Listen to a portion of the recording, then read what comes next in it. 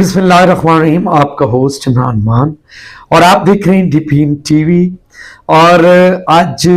सबसे पहले तो मैं, क्योंकि 3-4-5 दिन से सिंध के टूर पर था और मेरी हाज़िरी थी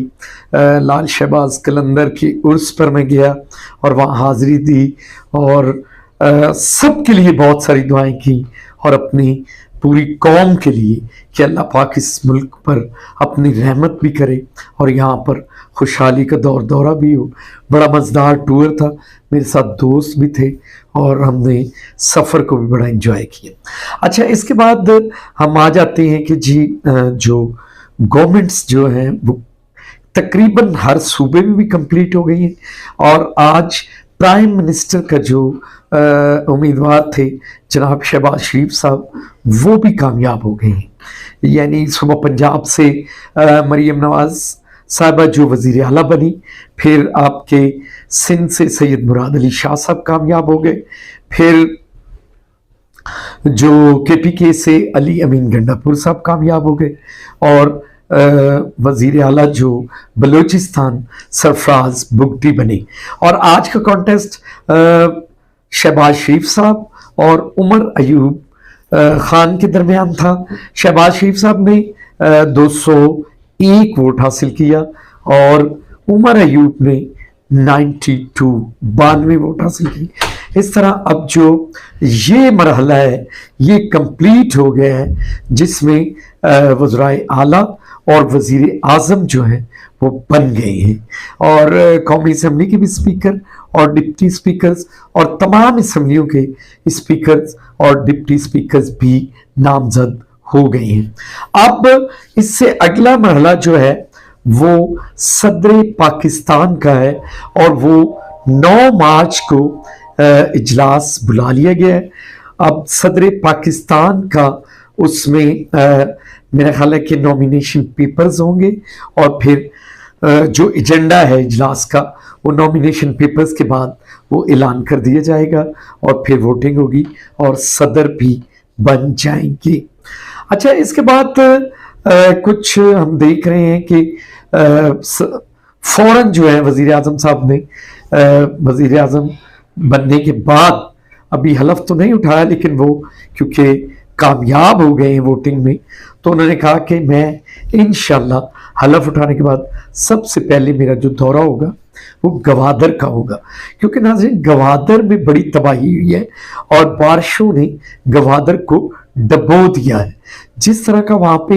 हंगामी सूरत हाल और जिस तरह का सैलाब आया है, अल्लाह पाक इन आफात से महफूज रखे और बड़ी जानी और माली बहुत ज़्यादा वहाँ नुकसान हो गया है और जो अरबों रुपए थे लोगों के वो डूब गए हैं। जिस तरह उन्होंने वहाँ पे जो कॉलोनियाँ और बड़ा खूबसूरत एक स्ट्रक्चर बनाया था गवादर का, लेकिन वो तमाम का तमाम जो है वो उस सैलाब और बारिश की नज़र हो गया। वहाँ पे अच्छे अच्छे होटल भी जो हैं वो भी उससे मुतासर हुए हैं और जो ज़िंदगी है लोगों की वो बड़ी मुतासर हुई है। आम शहरी वहाँ पे अभी तक जो है वो खाने पीने से भी महरूम है और वहाँ जो आप यकीन करें कि आपका कम्युनिकेशन सिस्टम टोटली बैठ गया था। इंटरनेट जो है कितने दिन ही वहाँ से मुनक़ता रहा है। उसके बाद टेलीफोन्स और भी जितनी फैसिलिटीज़ आपकी हैं वो वहाँ पे ख़त्म हो गई थी और लोगों को तक कोई भी रसाई नहीं थी। लेकिन ये अफवाज पाकिस्तान और सिविल सोसाइटी के लोगों ने मिलकर जो है अब उसे थोड़ा बहुत जो है रिलीफ लोगों को दिया है, उन तक खुराक पहुंचाई है और हम दुआ करते हैं कि अल्लाह पाक ऐसी आफात से पाकिस्तान को हमेशा महफूज रखे। अब पाकिस्तान में सियासी माहौल बना है, एक जो ख़त का भी तज़किरा चल रहा है कि वो आरिफ अलवी साहब ने कोई इस तरह का पैगाम ये जिस तरह भी है बानी पीटीआई तक पहुंचा कि आपकी मैं सजाएं या उसको माफ़ कर देता हूँ, लेकिन ज़राए बता रहे हैं कि उनकी उस माफ़ी को उन्होंने कबूल नहीं किया, बल्कि वो कह रहे हैं कि मैं जेल को फेस करूँगा और मैं यहाँ पे बिल्कुल اپنی زندگی جو ہے آرام سے گزار رہا ہوں اور میں جتنے کیسز ہیں ان کو کورٹ کے ذریعے فیس کر کے پھر آؤں گا. یہ تھی مانی پی ٹی آئی کی خبر. اور مزید آج انٹر پارٹی الیکشن بھی ہو گیا ہے. اس میں بلا مقابلہ جو ہے بیرسٹر گوہر دوبارہ وہ چیئرمین نامزد ہوئے اور عمر ایوب خان جو ہیں وہ سیکٹری کے طور پر نامزد ہو گئے ہیں. تو آج کا انٹر پارٹی الیکشن میں کچھ کینڈیڈیٹس نے اپنے کاغذات جمع کرائے تھے لیکن پھر انہوں نے وڈرا کر لی. اس طرح آج جو انٹر پارٹی الیکشن کا جو ایک ان کا سلسلہ تھا وہ بھی آج مکمل ہو گیا ہے اور انٹر پارٹی الیکشن بھی پی ٹی آئی کے ہو گئے ہیں. ابھی تک پی ٹی آئی کو مخصوص نشستیں جو ہیں وہ نہیں ملی کیونکہ پی ٹی آئی اس وقت ضم ہے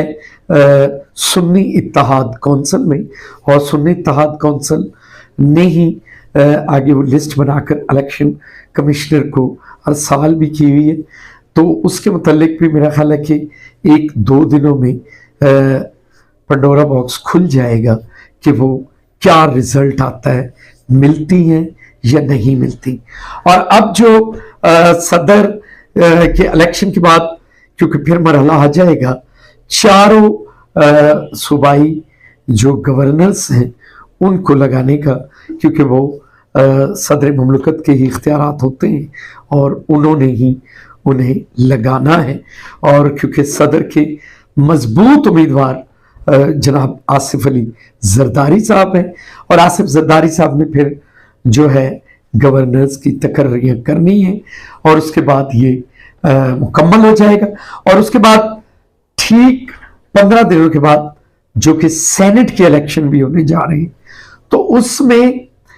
کیونکہ مخصوص سیٹوں کا بڑا رول ہوگا, اگر وہ پی ٹی آئی کو مل جاتی ہیں تو پھر پی ٹی آئی کی جو سینٹ میں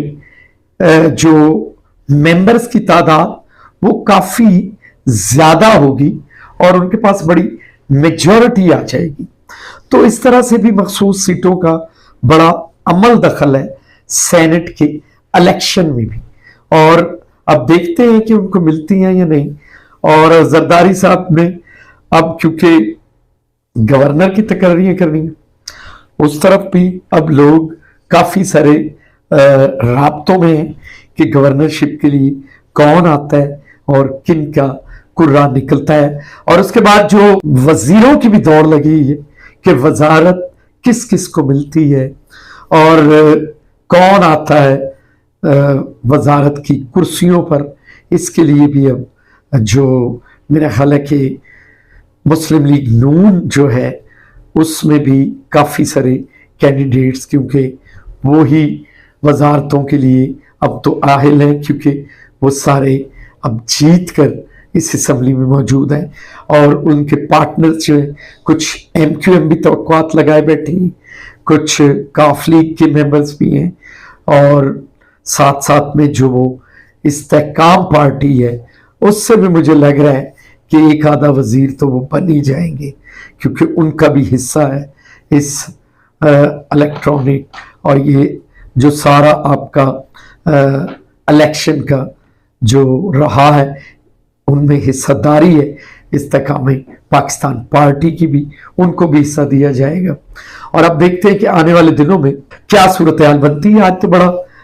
گرما گرمی تھی اسمبلی میں اور بڑا شور شرابہ تھا, نہ اپوزیشن والوں نے کوئی وزیر اعظم کی بات سنی اور بعد میں گوہر ایوب صاحب کی بھی جو سپیچ ہے وہ کچھ حذف بھی کی گئی, کچھ نہ پہلے چلائی گئی, بعد میں بڑی مشکل جو ہے وہ ڈپٹی سپیکر یا سپیکر نے زور لگا کر پھر وہ پی ٹی وی نے نشر کر دی اور اس میں سے جب کچھ ایسے حصے آتے تھے تو ان کو حذف بھی کیا گیا. اور آج کافی زیادہ احتجاج تھا جس پر مریم اورنگزیب کو پھر بعد میں ایک میڈیا ٹاک بھی کرنی پڑی اور انہوں نے بتایا کہ اس طرح تو ہم نے کبھی نہیں دیکھا, لیکن ہم نے تو بہت کچھ دیکھا ہے ان اسمبلیوں میں کیا کیا ہوتا ہے, بلکہ یہاں نہیں دیکھا, باہر کی بھی بہت ساری اسمبلیوں میں مکوں تک بھی چل جاتے ہیں यहाँ तो अभी बातों और नारेबाजी तक है। खुदा करे कि यहाँ का माहौल अच्छा हो जाए। जब यहाँ का माहौल अच्छा होगा तो आगे जो लोग हैं, ये आम पब्लिक है, उन पे बड़ा अच्छा फिर असर जाता है। जब असम्बली के लोग और इस तरह के काम करेंगे तो फिर बाहर और कॉमन मैन के लिए कुछ भी ना होगा, क्योंकि ये पॉलिटिशियन जो हैं ये ऐसे असम्बलियों में नहीं आते, ये वोट के साथ आते हैं। इन्हें 2-2, 2.5-2.5, 3-3 लाख लोगों ने अपना नुमाइंदा चुना होता है और इनका इखलाकियात और इनकी जो चीज़ें हैं वो बड़ी काउंट होती हैं। लेकिन माजी में भी हम देखते रहे कि इसी तरह होता है। जब बानी पीटीआई ने भी तकरीर की थी तो मेरा ख्याल है कि मुझे याद है कि उनका एक लफ्ज़ भी हम तक ना पहुंचा था, ना कोई सुनाई देती थी कोई चीज़। इसी तरह आज वो शहबाज शरीफ साहब जो है उन्होंने तकरीर की तो कोई चीज़ भी सुनाई ना देती थी। लेकिन ये चीज़ें ख़त्म होनी चाहिए। ये कब ख़त्म होगी? जब पॉलिटिशियन जो है इकट्ठे एक जगह बैठेंगे और इस मुल्क को एक अच्छा माहौल प्रोवाइड करेंगे और आने वाली नस्लों के लिए कोई अच्छा काम कर जाएंगे। मेरा आखिर में जो मैसेज होता है कि खुदाया पाक इस धरती और इस अर्ज़े पाक पर अपनी रहमतों का नज़ूल फरमाए। और आने वाला महीना, क्योंकि इतना खूबसूरत महीना आ रहा है रमज़ानुल मुबारक, और उसकी भी अब आमद होने वाली है, तो खुदा करे कि उसकी रहमतों और बरकतों के साथ इस मुल्क में एक खुशगवार माहौल बन जाए और मुल्क किसी सिमत चला जाए और हम सब एक पेज पे इकट्ठे होकर इस मुल्क के लिए सोचें और आने वाली जनरेशन के लिए सोचें। पाकिस्तान जिंदाबाद।